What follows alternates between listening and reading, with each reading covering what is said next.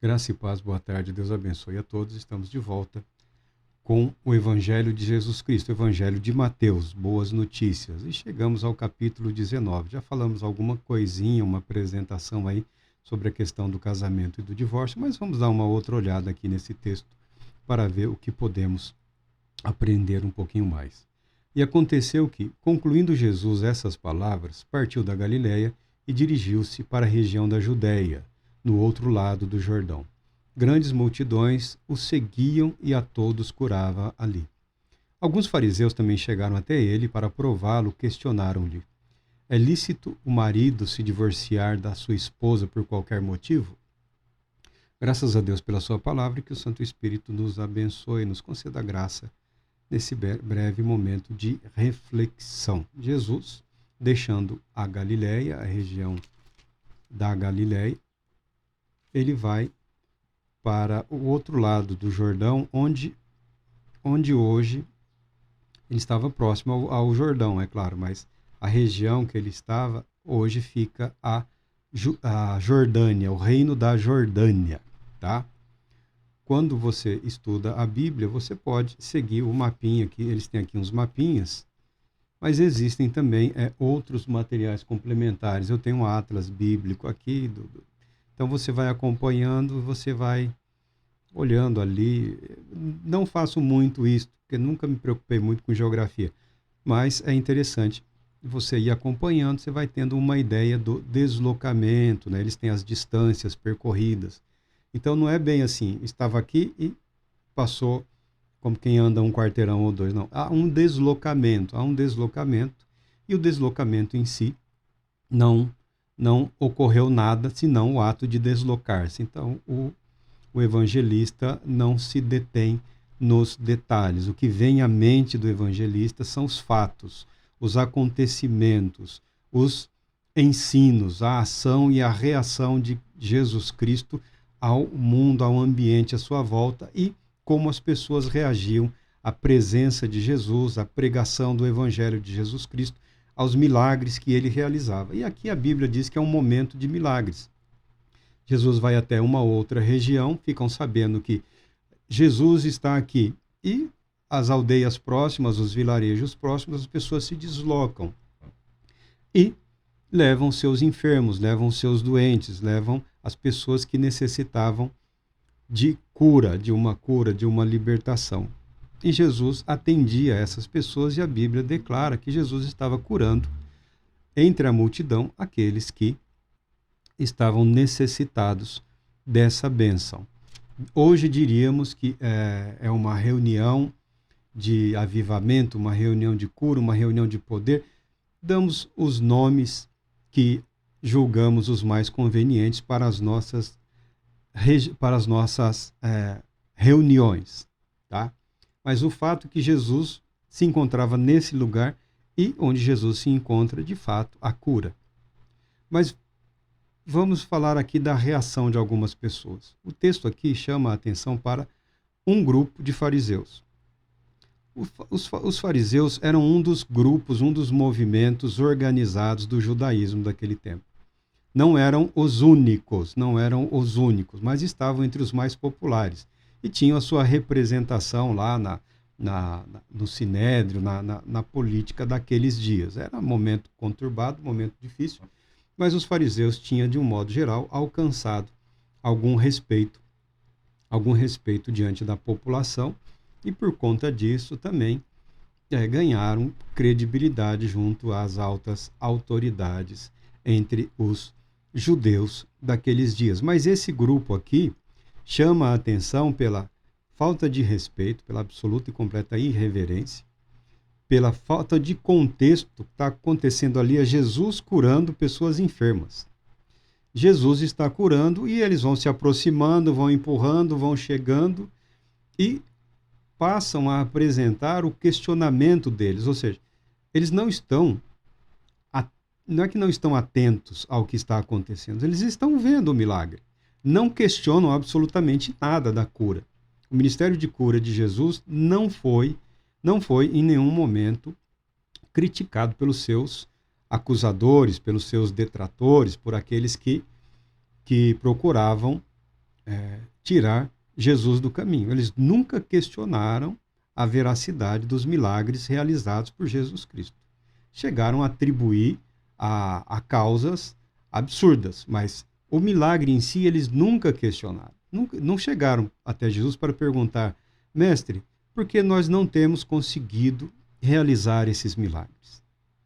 Somos fariseus, somos descendentes de Moisés, somos filhos de Abraão, cremos no Deus Altíssimo, por que não estamos conseguindo realizar esses milagres? Não era essa a preocupação deles.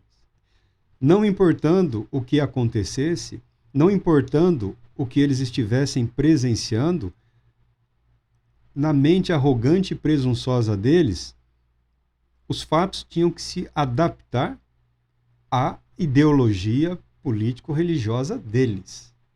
Então, o que eles querem saber é o seguinte: não é a fonte do poder de Jesus Cristo, não é a relação de Jesus com o Deus Todo-Poderoso, não é a relação do Espírito de Deus com o homem Jesus de Nazaré. Eles querem saber o que Jesus pensa e ensina sobre o divórcio. O que o divórcio tem num contexto de cura? Na mente dos fariseus era muito importante, porque se Jesus emitisse uma opinião que contrariasse aquele grupo, Jesus estava completamente fora do contexto. O que Jesus faz é apresentar a verdade da palavra de Deus e colocar os contextos principais dos mestres judeus da época num desconcerto, ou seja, fora do contexto, tá? Fora do contexto. Jesus mostra que quem estava fora do contexto eram os fariseus, e não ele. Uma reunião de milagre, uma reunião com cura. Ninguém está glorificando a Deus aqui nesse grupinho de fariseus. Não estão alegres, não estão felizes, não estão contentes. Se dirigem a Jesus como se estivessem se dirigindo a um qualquer. Não o chamam de mestre, não se referem a ele pelo nome, não demonstram nenhum respeito. Tanto que eles jogam uma pergunta como quem arremessa uma pedra ou uma sujeira, uma imundície. Veja o texto. É lícito o marido? Chegaram para gritar. Não tem uma formalidade, não tem uma apresentação, não tem um respeito.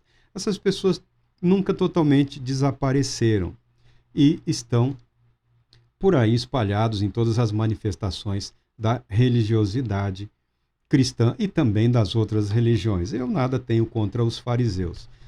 Infelizmente, a expressão tornou-se um sinônimo de uma ofensa, né, de um insulto, principalmente entre os cristãos. Né?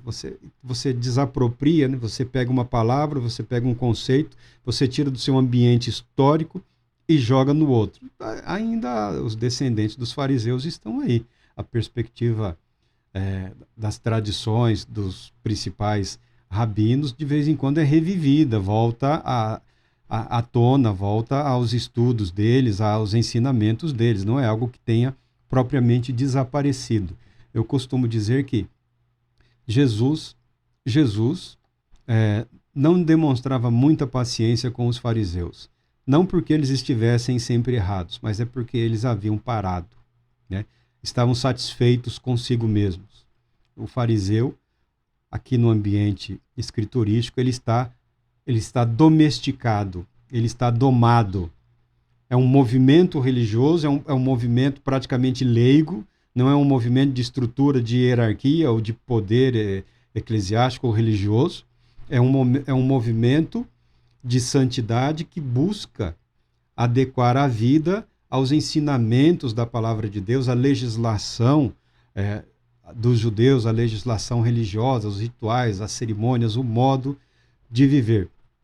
E esse movimento ganhou espaço, foi ganhando espaço nas estruturas também da sociedade, da política, da política do templo, né, da religião institucional do templo, não só na conceituação dos mestres para as sinagogas, não só dos rabinos, mas também aqueles que pertenciam tinha uma representatividade no sinédrio e nos ofícios dirigidos pelo pelo sinédrio daquela época. Então, o farisaísmo, na minha opinião, ele representa muito bem um movimento espiritual que foi domado pelas estruturas de poder, né? Que foi domesticado, que foi amansado, que parou de avançar, que parou de se questionar, de se confrontar e de se colocar diante da palavra de Deus, da lei de Deus e do próprio Deus. Conquistamos o nosso espaço e tenta se impor por meios outros que não sejam os meios estabelecidos pela palavra de Deus, ou seja, pela força, pelo poder político, institucional e por aí afora. Então, o movimento farisaico, ele estava amansado, domesticado, ou, numa palavra bonita, né, secularizado, tornou-se mundano e, para todos os efeitos práticos, obsoleto. Não que todos vivessem dessa maneira, não que todos tenham caído nessa mesmice, tá? Não estamos falando num grupo, e a maneira como esse grupo se apresenta diante de Jesus revela o estado da sua mente, do seu coração e da sua corrupção. Hoje está de volta aí, as pessoas estão estudando teologia reformada, e eu acho interessante estudar teologia reformada, tá? Porque a reforma protestante é um movimento do pensamento europeu num determinado momento da história. Você tem como alcançar, para fins de estudos, a situação política, econômica, social dos diversos estados, das diversas nações, dos reinos, do que era o catolicismo romano naqueles dias, as instituições que mais influenciavam o catolicismo romano, dentro do catolicismo romano, tá? A vida medieval. Você tem como restaurar razoavelmente bem esse ambiente. Há uma riqueza de informação nesse sentido. Então, você estudar uma proposta de restauração da fé bíblica, do cristianismo bíblico, como foi o movimento de reforma, e uma ruptura com o poder dominante que estava minando a estrutura da fé, minando as igrejas nos países ou nas regiões administradas pelo Império e também por Roma, eu acho interessante, eu acho isso muito válido. Mas não é uma revelação. Não fazem parte da revelação. Fazem parte desse esforço religioso, espiritual, histórico, por viver a vida cristã de acordo com os princípios e valores transmitidos pela palavra de Deus, e não necessariamente pelas instituições ou pela instituição que pretendia ou que pretendeu em algum momento ser única, ser una, ser a voz de Deus na terra. Então, ele é válido, mas você vai deparar, por ser um movimento também intelectual, com algumas limitações. Questão de espiritualidade, porque a espiritualidade medieval era uma coisa terrível. Era preferível você se afastar de tudo aquilo do que tentar consertar, porque era uma bagunça, Há aqueles que são hoje os defensores do cessacionismo. Cessou, acabou. Dons espirituais, não tem mais. Boa sorte para eles. Eu não sei como eles se atrevem a escrever, a orar, a ler, a esperar que Deus, de forma graciosa, confirme e testemunhe, através do Espírito Santo, a sua palavra. Se eles dizem que os dons cessaram. Se os dons cessaram, como as operações do Espírito Santo ou as manifestações do Espírito Santo darão vida ao movimento que só pode ser gerado, iniciado pelo próprio Espírito Santo. Então, presta atenção no que você estuda, presta atenção no que você ouve, cuidado com a preguiça, cuidado com a acomodação. Muitos desses homens aí, se desafiados, eles, a vida de oração é só uma referência, a fé contém aqueles elementos mínimos. Se esses elementos mínimos são suficientes para manter a integridade do indivíduo, parabéns, fique nisso, não se mexa. Agora, não se intrometa numa área que você não é capaz de avançar. Se você está vendo o milagre e se você não compreende o milagre, segue o seu caminho, fica quieto. Se você quer aprender sobre o milagre, você precisa de disposição para ouvir, para que a sua ideia, para que o seu conceito também não seja a todos desmascarado como preconceito. Foi o que aconteceu aqui com esse grupinho de fariseus arrogantes e precisavam de uma resposta, e de Cristo Jesus tiveram a resposta. Porque Jesus é o caminho, a verdade e a vida. Ele sempre tem muito mais do que nós somos capazes de pedir ou imaginar.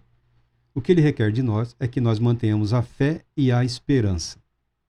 Fé e esperança não necessitam de nada espalhafatoso. Fé e esperança são frutos do Espírito de Deus que habita gratuitamente no coração, no espírito humano. Deus Todo-Poderoso te abençoe, te proteja e te conceda a paz.